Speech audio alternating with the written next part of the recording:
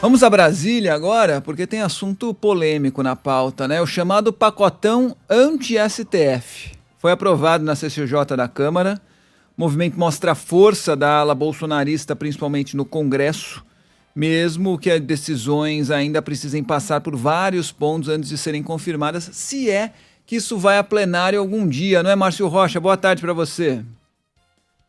Oi, Fábio. Oi, Débora. Boa tarde para vocês, boa tarde a todo mundo que nos acompanha. E aí é que a gente está nessa expectativa para saber mesmo, né, depois que essas propostas do chamado pacote anti-supremo, né, foram aprovadas na Comissão de Constituição e Justiça da Câmara, elas precisam primeiro agora passar por uma comissão especial antes de ir para o plenário da Casa. E com a aprovação na CCJ, esses colegiados, as comissões especiais, vão analisar o mérito desses textos, né, antes de ir para a votação. E aí, nesse trâmite, né, elas ainda podem sofrer alterações. E só depois que elas serão votadas no plenário da Câmara, onde precisam exatamente de mais de 308 votos, né, precisa a partir de 308 votos dos parlamentares da Câmara para ser aprovada no plenário. Né? E por causa da gente tem essa movimentação, por causa dessa movimentação dentro da Câmara dos Deputados, o próprio Supremo, né, reagiu a essas questões. Quem falou sobre isso nessa quinta-feira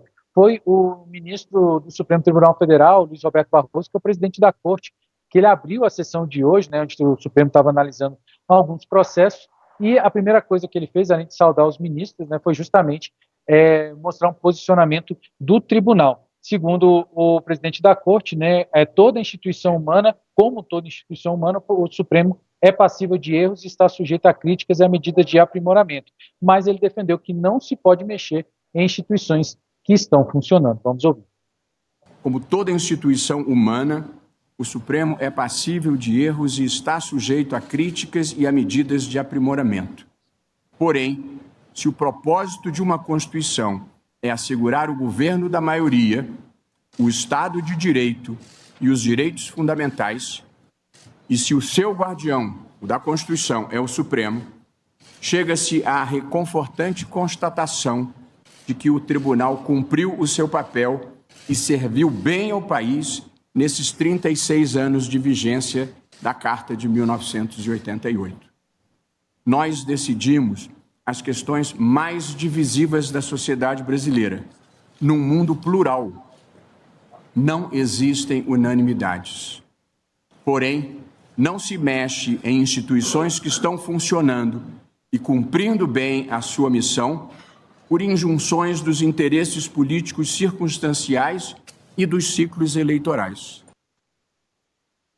Pois é, no total foram 4 textos que foram analisados pela CCJ, né, são 2 propostas de emenda à Constituição e 2 projetos de lei. Um projeto, né, uma proposta de emenda à Constituição, perdão, que foi aprovada, que limita as decisões monocráticas dos ministros do Supremo, ou seja, aquelas que são tomadas apenas por um ministro em relação a atos do presidente da República, da Câmara e do Senado.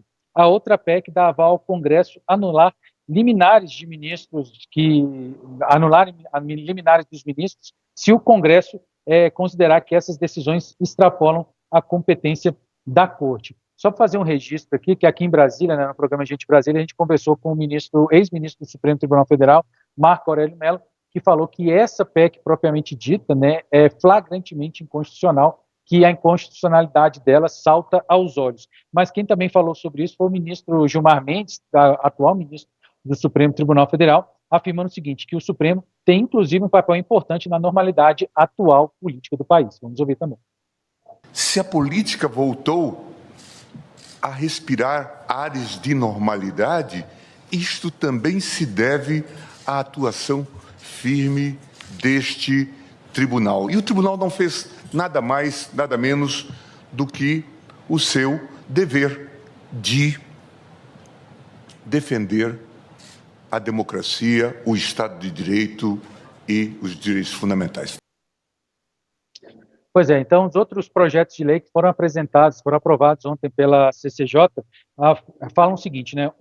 Aumenta o número de crimes de responsabilidade dos ministros do Supremo, que pode terminar em um processo de impeachment dos ministros do Supremo, e outro que cria a possibilidade de apresentar um recurso ao plenário do Senado, caso o presidente do Senado rejeite esse pedido de impeachment de um ministro do Supremo, que hoje não tem um recurso, né, contra essa decisão, essa possível decisão do presidente do Senado. Então, agora, a gente fica na expectativa para saber o desdobramento dessas decisões, dessas aprovações, mas a gente sabe que ainda tem muito chão até que isso realmente passe a valer, Fábio.